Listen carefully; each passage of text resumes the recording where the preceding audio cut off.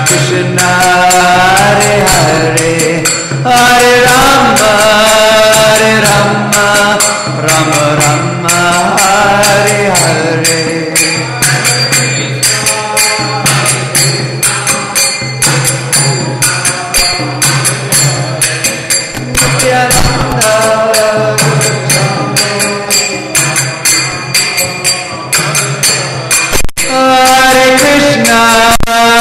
Krishna Krishna Krishna Hare Hare Hare Rama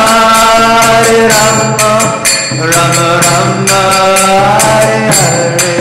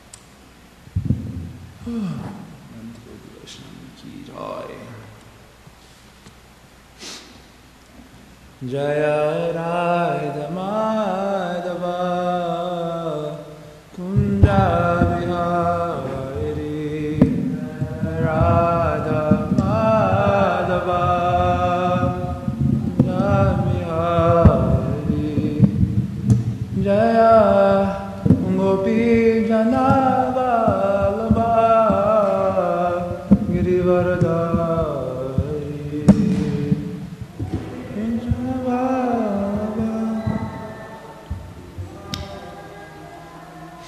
Jasodha Nandana Raja Janaranjana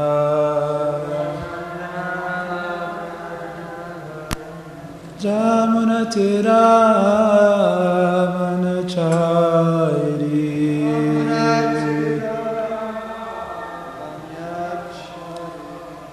Jaya Om Shubha Pramam Subharivrata Kacharya Shudara Shudashi Shrimad Grace Esi Bhaktivedanta Swami Prabhupada ki Raja Granta Srimad Bhagavatam ki Swami Bhaktivinoda ki Nitai Go Premanandi O Namo Bhagavate Vasudevaya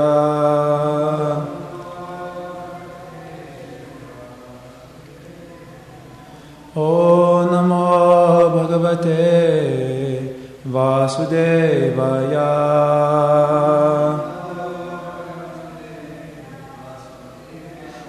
O Namo Bhagavate Vasudevaya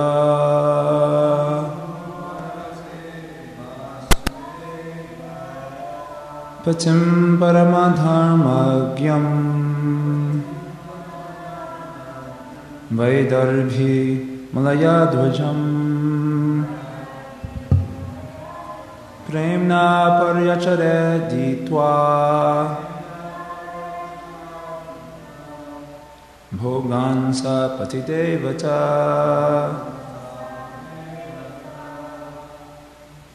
Patim Paramadharmagyam Vaidarbhi Malayadvajam Premna Paryachare Ditva Bhogansa Patidevata Hare Krishna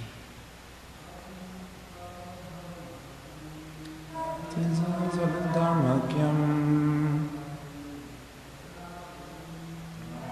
Vimalayadvajam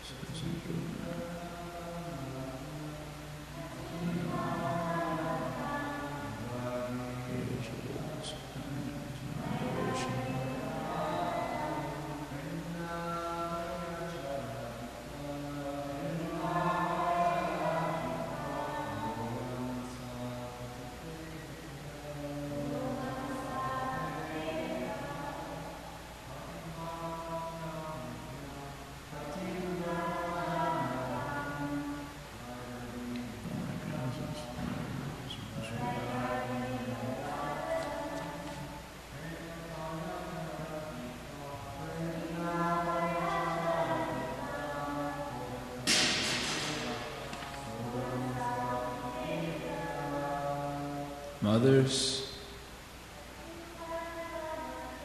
Vitam Paramadharmagyam Vaidarbhi Malayadvajam Premna Paryachare Ditva Bhogansa Patidevata Vitam Paramadharmagyam Vaidarbhi Malayadvajam Premna Paryachare Ditva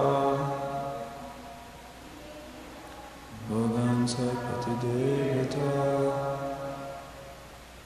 Vitam, her husband, Parama, supreme, Dharmagyam, knower of religious principles, Vaidarbhi, the daughter of Vidarbha, Malayadvajam, named Malayadvaja, Premna, with love and affection, Paryacharat, served in devotion, Hitva, giving up, bhogan, sense enjoyments, sa, she, patidevata, accepting her husband as the Supreme Lord. Translation and purport by Srila Prabhupada ki jai. Translation: the daughter of King Vidarbha accepted her husband all in all as the Supreme. She gave up all sense enjoyment and, in complete renunciation, followed the principles of her husband, who was so advanced. Thus she remained engaged in his service. Purport: figuratively, King Malayadhwaja is the spiritual master, and his wife Vidarbhi is the disciple. The disciple accepts the spiritual master as the Supreme Personality of Godhead. As stated by Vishwanath Chakravarti Thakur in Gurvashtaka, Sakshat Daritvena. Quote, one directly accepts the Guru, the spiritual master, as the Supreme Personality of Godhead. End quote. One should accept the spiritual master not in the sense that the Mayavadi philosophers do, but in the way recommended here. Since the spiritual master is the most confidential servant of the Lord, he should be treated exactly like the Supreme Personality of Godhead. The spiritual master should never be neglected or disobeyed like an ordinary person. If a woman is fortunate enough to be the wife of a pure devotee, she can serve her husband without any desire for sense gratification. If she remains engaged in the service of her exalted husband, she will automatically attain the spiritual perfections of her husband. If a disciple gets a bona fide spiritual master, simply by satisfying him, he can attain similar opportunity to serve the Supreme Personality of Godhead. Srila Prabhupada ki jai. Om Ajnanatimirandasya Garanjana Shalakaya Chakshurum Vitam Yena Tasmai Shri Guruve Namaha Shri Chaitanya Mano Vishtam Stapitam Bhutale Swayam Rupakadamayam Tadati Swapatantikam Vanjakaputuru Vyashcha Kripasun Vacha Patita Nampavebhyo Vaishnavebhyo Namo Namaha Jaya Shri Krishna Chaitanya Prabhu Nityananda Shri Advaita Gadadhara Srivasadi Gaura Bhaktivinoda Hare Krishna, Krishna Krishna, Hare Hare, Hare Rama, Rama Rama, Hare Hare. Srila Prabhupada ki jai. I was thinking of the story. Many of us will be knowing it very well. It's in Krishna's Leela. It's a story of Mother Jasoda trying to bind Krishna. You see, there's a picture of Krishna there with his mother Jasoda. So God has a mother. Of course, He's the father of all the entities. But in order to exchange love in various ways with His different devotees, then He may choose to take a subordinate position. So Krishna has a mother. So, and in reciprocation with His devotee, Krishna, as a child, does a lot of mischief. And so his mother wants to chastise him, like any mother wants to chastise any child who's doing mischief. So you know this pastime where Krishna, he's known as a butter thief. So he likes to eat butter. And he was breaking all the pots, the butter pots, and then he would eat to his satisfaction, and then he would feed to the monkeys. And then when the monkeys could not tolerate eating anymore, he would say, even the monkeys don't like this butter. This is how bad the quality is, you know. And this way he would kind of be criticizing his mother's cooking. And so then she wanted to catch him, to chastise him. And she was able to easily do so because Krishna's feet was filled with butter. So his footprints would be there everywhere, so she could make out where Krishna was. And she wanted to chastise him for doing this mischief. So Krishna begins running away in fear, even though he's God. Fear personified is afraid of Krishna, but he is running away in fear from his mother. And a prayer earlier on in the Bhagavatam, Queen Kunti herself is bewildered by this. And it is not that Krishna is just pretending to be afraid.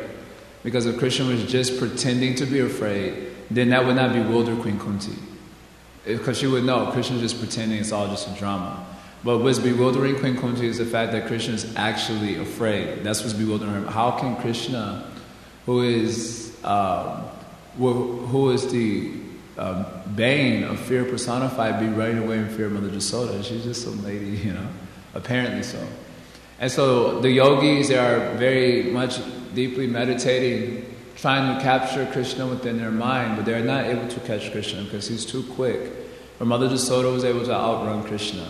Anyway, so this is how the pastime goes on. So she finally catches Krishna, and she wants to bind him to the grinding motar as a punishment. First, she actually went to hit him with a stick, but then Krishna was crying so intensely, she thought, oh my God, I'm really doing, child abuse, child abuse case here. So she threw away the stick, and then she tries to bind Krishna with some ropes. And mystically, although Krishna's body frame was very small, the rope was the width of 2 fingers too short. That's how it's described.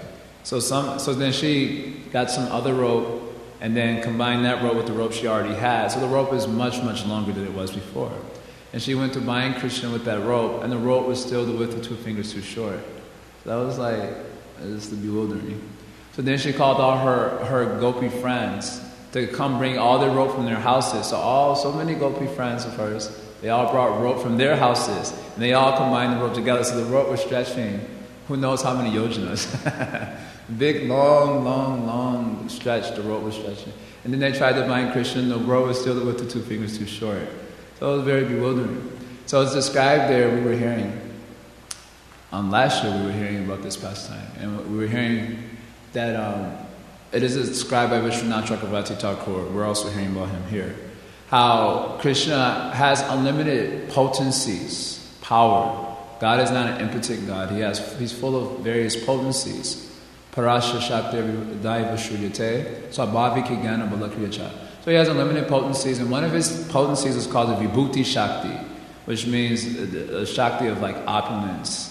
And Krishna, the reason Mother Jasoda was not able to bind him, the reason the rope was still the width of 2 fingers too short, is because Krishna's Kripa Shakti, or Vibhuti Shakti, was not allowing that to take place. So it was a great astonishment for everyone in the Leela. And the Vibhuti Shakti was not allowing. So Mother Jasoda's friends, they were saying, anyway, there's nothing, you cannot chastise him, it's not possible, just give up, let's go back to our various services. But Mother Jasoda was very determined, no, I will chastise him, If you all want to leave, go head on. I'll do it myself, I'll chastise Krishna, but he will be chastised. And so Vishwanath Chakravarti Thakur explains this is the Bhakti Nishta, the fixed determination of the devotee. It is the attempt to bind Krishna with her loving affection, which in Mother Jasoda's case was chastisement. That was expression of love for Krishna. So the Bhakti Nishta is the determination to love Krishna, the determination to try to attain real loving service to Krishna, in our case. So the Bhakti Nishta must be there. So seeing the great, heavy determination of the devotee of Mother Jasoda, then it's described that the king of Krishna's Shaktis manifested, seeing the determination of Mother Jasoda.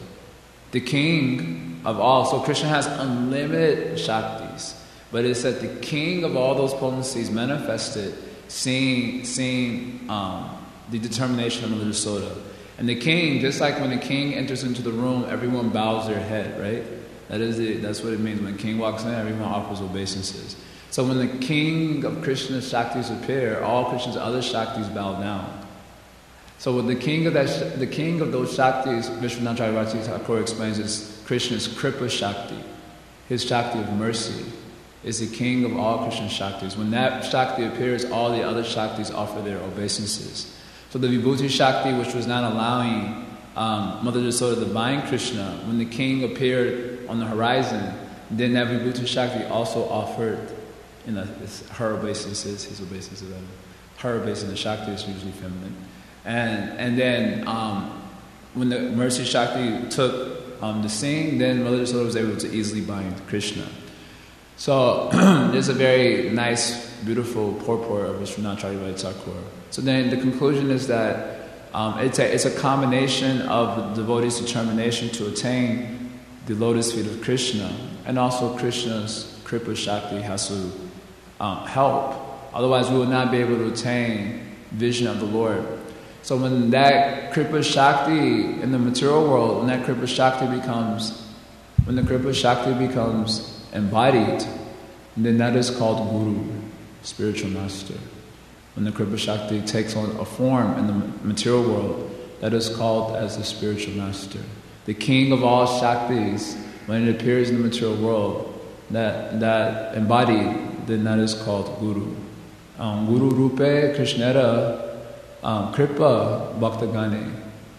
Krishna's Kripa, Krishnera Kripa, Krishna's Kripa, his Kripa Shakti, Guru Rupe, takes on the form of Guru to deliver the bhaktas, the devotees of the Lord. So the association, it's being mentioned here, Shakshadari Twina, because Krishna Shaktis are not different from Krishna. So when if one is fortunate, Brahmanda Brahmite Kona Bhagyavan Jiva, Guru Krishna Prasadi Pai, Bhakti-Lata Bija. It is described how the living entities, we are not this material body, we are souls inside this material body. And due to account of various material desires, we're accepting various bodies life after life. In fact, if we want to understand what our desires were in a previous life, we just have to look at our material body. And we can begin to understand what type of desires we were cultivating in the previous life. Prabhupada describes like that in the Isha-Upanishad, how the material body is itself indicative of the type of desires we're having. Sometimes when I look at my body in the mirror, I'm like, what type of desires I have? I have this horrible body. You know, at least I could have a more cute body or something. One may be thinking like that. Why have such horrible body? Why have this type of body? Generally, that is the situation with the conditioned jiva, because he's always on the mental platform. So he'll never be satisfied with anybody, actually. That's the situation. Even if he thinks I have a cute body, down his body is too fat, this body is too thin. Like that is going on.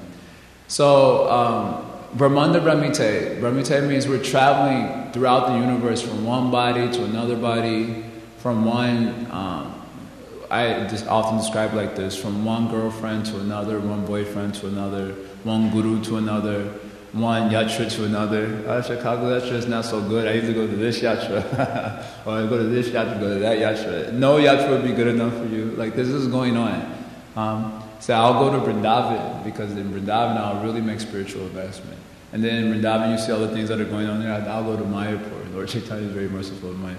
You go to Mayapur, I'll go back to Chicago. At least they have clean water there. Like this, Brahmanda Brahmite, we're traveling body to body, place to place, constantly, non-stop traveling in the material world. And this is due to account of our ignorance. We don't know that there is no place in the material world that will be actually satisfying. Because the fact that we're even deriving any satisfaction from anything in the material world is a mental concoction. And due to the fact that it is a mental concoction, the mind is always changing its status. So the one thing that you thought was very wonderful before, all of a sudden you wake up the next day and it's not good. So this is the situation in the material world. And this goes on practically forever until one becomes Bhagyavan. So the word Bhagyavan means fortunate. When one becomes fortunate, then by the grace of Krishna, then he gets a chance to associate with Krishna's Kripa Shakti embodied in this world as Guru. And when he associates with that Guru will give him the Bhakti Lata Bija, the seed of devotion to Krishna, by which one can perceive Krishna. Sometimes people will say, if God exists, show me God. But they do not realize that, first of all, the seeing of the Lord is not done with the eyes, per se. Because the eyes don't see, in fact. It's the consciousness that is... Just like when the body is devoid of consciousness, then the eyes don't see anything, isn't it? The ears don't hear anything. As soon as there is no consciousness in the body, the eyes cannot see, the body does not feel, the ears do not hear. So that means, with that understanding, we should ask ourselves a question: who was doing the seeing? Who was doing the hearing in the first place? Who was doing the feeling? So therefore, to see Krishna means you have to see, it's a state of consciousness. It's not just like, I'll see God with the eyes. There needs to be purification of consciousness.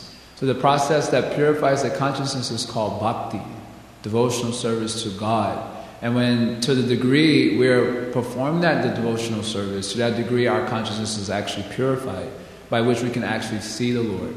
Yata yatatma pramikrite so mat punya gata shavana bidhanai tata tata pashati vasu shukshman chakshur yatai vanjana samprayuktam. So it says, yata yata means as much as, atma paramikite so, as much as the consciousness has been purified. By what sadhana? Mat punya gata shavana abhidanai. By the sadhana of hearing and chanting about my glories. Then tata, then in that proportion, pashati vasu shukshman, one will be able to see that subtle spiritual form, namely the Lord. And then an analogy is given. Chakshurya vajana samprayuktam. Chakshurya means just like the eyes, if it has some disease, and then you put some ointment on it, then it recovers its ability to see. So, to the degree we are actually performing devotional service and purifying the consciousness, which is really doing the seeing, then to that degree we can actually see the Lord. So the spiritual master gives the Bhakti Lata Bija, he gives the seed of devotion in the form of transcendental knowledge. And then if we are fortunate, fortune has different degrees. Sometimes one may be thinking, by coming to a spiritual movement, I am fortunate. But that is just the beginning of fortune. Fortune has its ultimate perfection also. By coming, definitely one is fortunate. Just to come to a Sunday feast one time, come to a morning program and participate, the one is certainly fortunate. But that is not the end of fortune. I mean, it is for some people, but it's not meant to be the end of fortune. It's meant to continue up till one gains his fully healthy state in spiritual consciousness. So then, if we want to continue the fortune of the association of Krishna's Kripa Shakti, then Lord Chaitanya advises that it is our responsibility to take that seed of transcendental knowledge received by the Guru and to sow it into our hearts. He said, our responsibility. We have to sow it in our hearts. Sometimes we're thinking it is the Guru's business to do. He gives a seed, but it is our business to sow the seed in our heart, and it is our business to water that seed, Lord Chaitanya says, by the process of hearing and chanting. And this way we become more fortunate. And the more we do it, then the more fortunate we become, as I've already quoted a verse describing that. If we want to take advantage of this human form of life, which is rarely attained, nirdeham adyam sulabham sudurlabham plavam sukalpam guru karanadharam. It is described that this human form of life is very rarely attained. There are 8,400,000 species of life. That's a lot of species of life. And they're always, like I think the modern scientists, they say something like 2 million or something. They hardly got an idea. They're always speculating. And it's actually 8,400,000 species, so many species of life. And of that, the human forms are very less. And among the human forms, those which are civilized enough to even begin to inquire beyond the scope of eating, sleeping, mating, defending, they are also very less. And then, amongst those who actually are civilized and have the ability to ask proper questions, those who will be coming in contact with devotees of the Lord are very rare. King Nimi explains that the human form of life is very rare, but more rare than the human form of life is the opportunity to associate with those on the path going back towards Vaikuntha, the pure devotees. That is very rare. So then, even more rare than that is actually hearing properly. Generally, we don't hear properly. They lose regard. We don't have enthusiasm in hearing from, especially long term. If you hear one time, 2 times, like Ananta Chaitanya was here giving very nice classes, but when I was upstairs in my room, I was like, I wonder how the devotees who live with him appreciate him. Because when he's just passing through here, we all would get very gung-ho, very excited. He gave very touching classes here. But then after some time, we may think, same story. I heard this story so many. He's told that story so many times.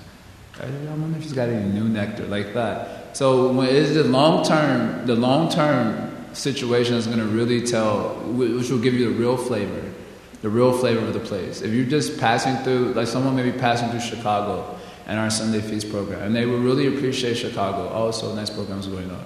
That is okay, but it's when you stay for a long time that you get the real flavor of the place. That time will we be able to appreciate. That is a real test of regard. We'll be thinking, I have such deep regard for the devotees. Yeah, how much time you spent with them? 1 hour? Profound regard. The devotees you live with, you don't have any regard for. And the devotees you just spend just time with in passing, you think I have very deep regard. It is very artificial generally. The real test of regard would be the long-term position. Just like when you first get new girlfriend or you get wife, everyone likes their wife in the beginning, isn't it? Everyone likes their husband in the beginning. I don't know personally, but I know vicariously. Because I've seen many of my friends go through these exchange situations. So in the beginning, it is always full of nectar, right? That's what it says. Relationships and passions are full of nectar in the beginning, right? And at the end, poison. Divorce, homicide, suicide. All these things are going on. So it is, in the beginning, you may think, I am liking so much, but it's the long-term thing that tells what is a true regard. So when we are more fortunate, when we can maintain regard over a long period of time, even though the same stories are being told, same points are being told over and over again, actually it is not the same. It appears to be the same because we're inattentive. Just like if you read Srila Prabhupada's books, many times he quotes the same verses and you think he's making the same point. But if you would be attentive to what he is saying, it is so many nuances there. It is not the same point. If you just pay attention, it is not the same. So in the same way, if we would be inattentive, we think it is all... Inattention means you don't have an ever-fresh experience. Spiritual life is ever-fresh, but it's only ever-fresh for those who are attentive. But for those who are inattentive, then it is boring. Oh, same thing is going on like that. So then, if we want to be more fortunate, we have to be attentive. And understanding what is the position, or what is the position of the Guru, and what is the opportunity we have had to gain that association. So in order to do that, it is being mentioned here also. Ditwa Bhogan, it is mentioned here by Darby. She gave up sense enjoyment because sense enjoyment causes one to be inattentive and his regard for Guru and Vaishnavas. Hari Guru Vaishnava. It is the sense enjoying spirit that causes the inattention problem and the distraction. And that's one, and that includes the mind. Mana Shashtan Indriyani Pakriti Karshati. Krishna says the jiva is struggling with his mind and senses. So for sadhakas, we may be able to control our senses to some degree. We eat only prasadam, we associate only with devotees. But because we are very used to evaluating things based on our knowledge acquiring senses and then based on our deliberations thereof, we tend to think that everything becomes within the grasp of our empiric understanding. So then the tendency is to also struggle with the mind and senses in terms of evaluating Vaishnavas with our mind and senses. As a result, we commit offenses. So it's mentioned here, Ditwa Bhogan. That has to stop. Unless we stop the evaluation program, then how we will appreciate the Guru? How will we appreciate Vaishnavas? We will think, oh, same thing he's speaking. Same, I'm seeing every day. Just like Indra, he was hearing his glories. His spiritual master walks into the room. Every day I'm seeing. So next time I'll offer obeisances. Every day he's coming past taking darshan. I'll do it the next time. Right now something very important is taking place. I'm hearing my glories, so I shouldn't just stop that all of a sudden. That would be rude. He was thinking like that. And then his spiritual master could understand this fellow's about to fall down. So he just left, chastised him. And then Indra could really understand the mistake he made, but that didn't save him. He got chastised. So this is due to the sense enjoyment spirit. Unless one is very determined to give up sense enjoyment in the form of evaluation of devotees in this context, then there is no question of having the proper regard for Guru, for Hari, for Vaishnavas. And that means there's no question of chanting Hare Krishna. Because the holy name of Krishna, which is the supreme purifying process for this age of Kali, is Krishna himself, and he cannot tolerate such offenses. Just the evaluation of a Vaishnava is offensive. And then that will lead to, Prabhupada says here in the purport, it will lead to negligence and being disobedient. Because why? Because you think an ordinary person. Just like ordinary things you can evaluate with your knowledge acquiring senses, isn't it? Ordinary things is very easy to evaluate. I can understand this with my knowledge acquired. I can feel it, I can smell it, I can taste it. I mean, I wouldn't do that with the mic, but in this way you can evaluate with your knowledge acquiring senses because it's an ordinary thing. And in ordinary persons, you can also evaluate in the same way. Just like sometimes devotees express difficulty when you have to, when you give devotees like work, for example. I've heard devotees express frustration because with like ordinary people, you can just like blast them, fire them, and all these. But when you're dealing with devotees, you cannot do the same thing because you commit offense. So you have to do like long-term thinking process. That wasn't intentional. But it's a fact, though. It's a fact. You can't just dismiss. You can't just because it's a devotee. So you have to like go through a whole thinking process with words to say. If you were dealing with an ordinary person, you would just blast them. What is this nonsense? You're a fool and rascal. When you're dealing with a devotee, you have to be, okay, I can't say that word. Man, what can I say? You hardly can say anything. This is a situation because it's not ordinary. It's not ordinary for someone to become a Vaishnava. Even a sadhaka is not a very ordinary thing, very rare thing. So, with ordinary things, you can evaluate with mind and senses, but when extraordinary things, you cannot do that. And a devotee, particularly Guru, who is the embodiment of Krishna's Kripa Shakti, Guru's Karuna Shakti, the mercy of Lord Chaitanya is his associates. And if we will be evaluating them, then the path to hell is wide open, no doubt. It means our life will become, our consciousness first will become increasingly hellish, and then as a result, our atmosphere is going to match the same. And you will only see hell everywhere as a result of a hellish consciousness. So unfortunately, due to a strong bodily concept of life, the tendency is to place a lot of faith in our mind and senses, in its way of evaluating things. That is just the unfortunate situation of being too strongly attached to Bhogan, to the bodily concept of life. So there's a necessity to force the mind to change its way of deliberating. Otherwise, there's no question of chanting Hare Krishna. There's no question of appreciating Hari Guru and Vaishnavas. There's no question of spiritual attainment. So one must force his mind to change his way of deliberating about things. So in order to help us do that successfully, then the words of the acharyas are our only shelter. It is mentioned, just like we are able to see the sun by the help of the sunshine, isn't it? That's interesting. By the help of the sunshine, you can see the sun. So also by the mercy of great personalities, we can see them, by their mercy. And that mercy is generally called their vakya, their words. Just like we say, Guru Mukha Padma Vakya, Chetete Koriya Akya, that the vakya of my Guru is, I only want my consciousness to be filled up with that vakya, because that vakya is a sunshine which will allow us to actually have a proper darshan, spiritual vision of great souls, including Krishna. So the acharyas have given so much vakya. Particularly, I wanted to just mention in this regard that it will do us very well to avail ourselves to the songs of the acharyas.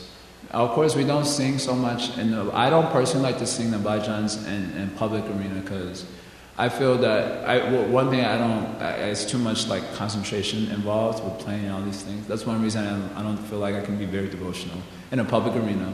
Also, I think it's mostly more effective in a small environment than in a big environment, because a bigger environment, everyone's too much in the mood of sense enjoyment, and it kind of distracts from the mood that's trying to be cultivated. It's just like if you're singing like a Mara Jivan, that's a very intense, heavy song. And then you're singing in a huge audience and everyone's like, Mara Jivan, they like, it's like the whole mood gets disturbed, And like, do you understand the words of the song? What does it say? It's giving you a list of all of our bad qualities, like real heavy stuff. I'm wearing egotism and envy as my ornaments. I'm defeated by sleep. Just like real heavy stuff. Everything you can check off. Yes, yes, yes, yes. And then someone is singing, Amara Jivan, Sada Pape. You're like, the mood is disturbed, So I don't personally like to do it in an open arena. It's more like a smaller environment where you read through the lyrics, everyone can try to imbibe the mood that is being there and then it's sung. But particularly the acharyas have given so many songs about their relationship with their gurus or their appreciation of Guru and Vaishnavas. And if we would be reading those repeatedly, then that will help the mind change its deliberation in the way it thinks about Vaishnavas. Just like if you want to stick a pole into a ground, then you have to dig in the same spot many times so that the hole is deep enough that the pole can go in and stay. If you only dig a little bit, then the pole cannot fit. So you have to dig for a long time, digging in the same spot so that it's deep enough, and then you can stick the pole inside and put up your volleyball net or whatever it is. So in the same way, these songs have to be meditated upon repeatedly. Just like we're doing every day Guru Puja. That is one prayer in Gurvasika in the morning that has been mentioned here. And we're supposed, if you sing them without meditating on them, that is singing like a parrot, not like a human being. I heard this from Guru Govinda Maharaj. I thought it was funny. he was asking devotees to recite a shloka. They were recited, and he said, "What is the meaning?" And they wouldn't know the meaning. And he said, "You should sing like a human being, not like an animal, like a parrot." So it means we're supposed to meditate on the meaning while singing, and that creates this digging effect by which you can put the pole of your gratitude in. See, without any gratitude, you will not be able to have regard. But the pole of gratitude has nowhere to stick in because there hasn't been deep enough deliberation. So why I should feel grateful? We know in the general, devotees helped me in the very beginning, but we're always looking for that new gratitude, right? That new gratitude point. Because him pulling me out of the ocean wasn't sufficient enough, right? So what is the new point, you know? Okay, yeah, you did that for me a long time ago, but what have you done for me lately? There was a song like that, I think, by Janet Jackson. What have you done for me lately? And that is a whole mood, you know, she got it right on that point. What have you done for me lately? That is a whole mood. It's no gratitude, so the pole cannot fit. There's no gratitude. What have you done for me lately? Never mind, in fact, devotees will be spending hours and hours and hours and hours and hours. What have you done for me today? What about that was yesterday. We have to live in the present. Spiritual life is eternally present. Like that, someone is saying. And that way, operati. Finish, spiritual life finish. So we need to deepen our deliberation. And unfortunately, because we're generally not very spiritually qualified, our deliberations are not very deep. When you go to the altar at the Govinda's time, many of us try to offer our prayers. But to be real, how many of us honestly have very profound prayers at the Govinda? Mostly we, oh, you look cute today, Lord. And sometimes we try to really muster up some devotion. Okay. Charnamrita, we go to the next thing, next thing. It's because we're not, many of us at least, if we would examine ourselves, many of us may not be so spiritually elevated. At least I can speak for myself. We may not be so spiritually elevated, but therefore we can take help of the Acharya's Vakya. So we may not be able to offer, just like, I think I remember one time Krishna Smaran, who was mentioning how he had some exercise that he was doing with his students about finding out their bad qualities. And I think he mentioned like one student only had a list of 3 things. And that too, it was like clipping his nails. I have a problem with biting my nails. That's it. That's all you can find. Hold on, bring me a Marajivan. Bring me Bhakti no target. He'll help you out here. Since you're not able to perceive it, then the acharyas will give assistance. So in the same way, because we don't have very deep appreciation and gratitude and deliberation about Guru, so then we should take help from the acharyas because they have it. So we read, and then that includes the contemporary acharyas, also our gurus, Srila Prabhupada, and the whole Guru Parampara. So much things they have written, and particularly I'm pointing out their songs. Take assistance and see how they are praying. Today I was doing it this morning. I was looking at a series of prayers about Guru, thinking of this Prabhupada. And I had many of them I hadn't read before. Many of them were new songs that I wasn't even aware of. And I was like, my God, there's so much wealth of things here. I wasn't even aware of 5 of the songs I was looking at. I didn't even know anything about it. And it was just the expressions were so exquisite, so succinct, and so precise in terms of the situation that we're in. Like one prayer was saying, due to my bad habits in my youth, due to my sinful engagement in my youth, I've developed so many bad habits that I have no power to engage in bhajan. I have no power to appreciate. And I was like, oh my God. I highlighted it. This slok, I need to learn this today itself. I need to learn. And try to offer it at least with some feigning devotion. And there's so many prayers were like that. So and repeatedly we read, perhaps if not daily, but regularly we have to subject our consciousness to those things, to those vibrations. Otherwise, we're very repeatedly subjecting our consciousness to the faults of devotees. Oftentimes that is a tendency. And as a result, we become more and more hateful towards the Vaishnava. That is aparad. Just to feel envious of a devotee is offense. Not feel happy when you see a devotee is an offense. How about that? That is intense. Therefore, I put the blindfold on. I should not see any Vaishnava because I might not feel happy, then I'm implicated. This is the situation. So the reason is because we're subjecting our consciousness to vibrations which encourage hate because of our seen as an ordinary person, the sensually acquired vision of Vaishnavas and Guru. So we do one very, very well to subject its consciousness to the vibrations given by our acharyas. So we can, so we may hope, at least we can hope to engender a real mood of service and devotion to Guru and to Vaishnavas, by which we can give up our offenses toward them and actually hope to chant the holy name of Krishna properly and make spiritual advancement. So if we are fortunate enough to do this, then the second paragraph saying we'll be able to have the fortune of having darshan of Krishna. I'm using the language chant Hare Krishna. Otherwise, we remain only meagerly fortunate. We are Bhagyavan because we've come to this spiritual movement. We have Bhagavad Gita, we have we're fortunate. But that fortune will not go anywhere if we do not actually really come to a profound appreciation for Vaishnavas and Guru. Therefore, in the introduction of Srimad Bhagavatam, Prabhupada has mentioned that we should avail ourselves to the Chaitanya Bhagavat and teachings of Lord Chaitanya. He says in the same paragraph. And so recently I've been reading Chaitanya Bhagavat casually. I'm not like deeply studying it, I'm just reading through it. And practically every single chapter has a whole section dedicated to why you should not blaspheme Vaishnavas. Literally, like every chapter, a section dedicated to the importance of chanting Harinam, and huge sections dedicated to not offending devotees. Some chapters have 2 or 3 sections dedicated to that topic.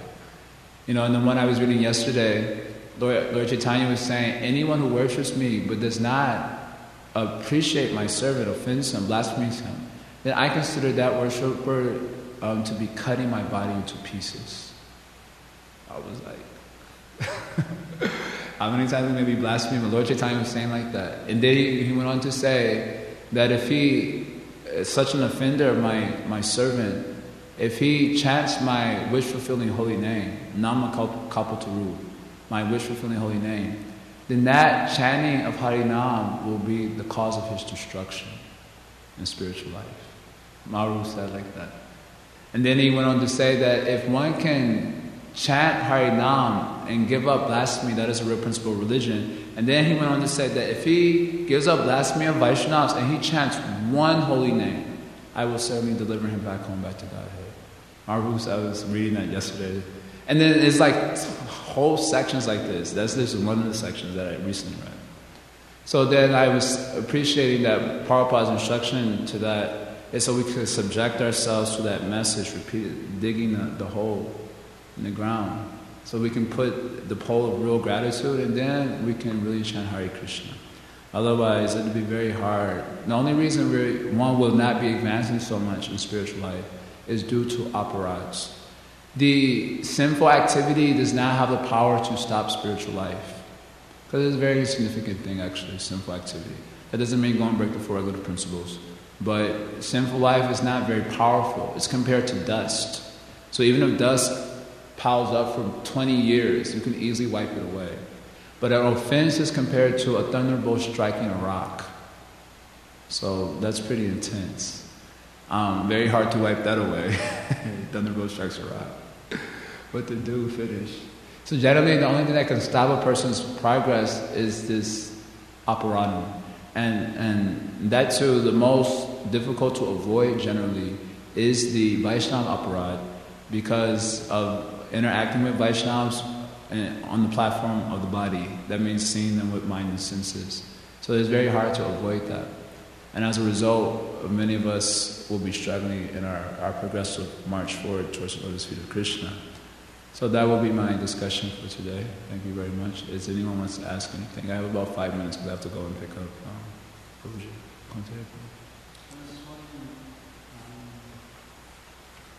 Right now, if being happy in our practice was the best way to stay off our attention,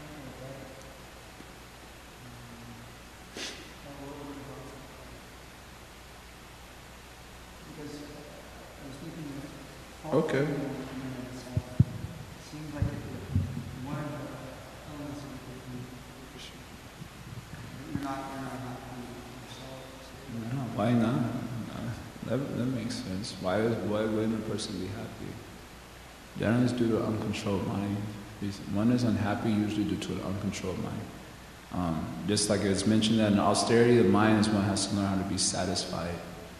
And Prabhupada teaches there, the mind becomes satisfied by detaching it from sense gratification. Or say, in the positive light, we were reading from Bhakti Loka yesterday. Sankalpa and I were reading from that yesterday. From the, I think the Daryat section. So basically, Bhaktivinoda Thakur in that section just discusses the first verse of NOI. And he says there, for mind control, if one will be successful in controlling his mind, then he has to give it a higher taste. Someone asked me that 2 weeks ago. I think Pachapu asked me that 2 days ago. He said, how do I stop fault finding? I said, you need a higher taste. Otherwise, how you will stop? If you don't taste something better, then you go for the lower taste. So if the mind will be uncontrolled, then we will not be happy. Because the mind is like a restless child. So, a child is happy one moment, and next moment unhappy. The mind is very much like that. So we having uncontrolled minds, then there's no question of satisfaction, which means restlessness, which means offenses will start happening. So mind has to control its mind. It is not that we cannot control our mind, then we will be making progress, because an uncontrolled mind will cause offenses. So we have to find out what gives us a taste in Krishna consciousness and focus more on that. Then when anything is asked of us, we'll be very satisfied. Okay, let's go for it. You were saying that the only way to give up this evaluating the value of the devotees is to take shots with the Acharya's words. So I was wondering, when you study these songs, is there a particular time of day or a particular mood you should be in? I guess my question is, are there any external factors that you should adjust so that your absorption can be its best? Because I'm thinking, like you were saying in the morning, when we offer prayers, going prayers, and then it's like boom, boom, boom, one after the other. So it's not the best time to meditate deeply, right? So could you give some Well, main thing, in that regard, when you're doing like Guru Puja or Guru ISKCON, you can meditate. That time is not a problem as such. The main thing is just the repetition point. What the spirit of trying to just understand, And the more you do it, the more you'll do it with a mood of trying to understand, with the mood that you can augment the service mood towards Guru and Vaishnavas. Then it should work out. The main success point in Krishna consciousness is the repetition point. Just like it's the grinding effect. Just like if you take mercury and sulfur and grind it together for some period of time, then you'll get mascara. And you can grind it. I think that's a mercury and sulfur. Some scientists still like this. Anyway, I saw it in the devotee's book. He was making this point. If you grind mercury and sulfur together for some time, then you get mascara. Anyway, you have to take it for granted. You don't know. On faith, you have to take it. So similarly, the way devotional service is, Vishwanath Chakravarti Thakur says this also, that it's like a grinding effect. The process of bhakti in the material mind. So you're grinding it repeatedly, day in and day out. Day in and day out. And when you grind it, then the two kind of I don't want to use the word merging type of But the idea is by grinding it, then another thing is produced. What does the other thing produce? Devotion to Krishna, prema. By repeated grinding. And there's a Bhagavatam reference for that also. Bhaktya sanjataya bhaktya, that devotion engendered by devotion. So sadhana gives rise to, perfection in devotional service. And then it says, Brihart utpalakam tanu, then their bodies begin to exhibit hair standing on end, etc., perfection state. So when one continues to grind the mind against the process of devotional service, it's a grinding process. Day in, day out, day in, day out. Then another thing, so in the same way, if we keep grinding the mind against these things repeatedly, with cognition, not just like a parrot, but like a human being, then another thing will come out.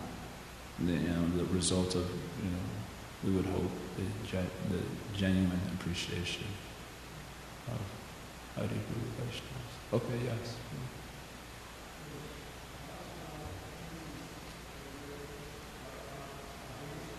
Yes.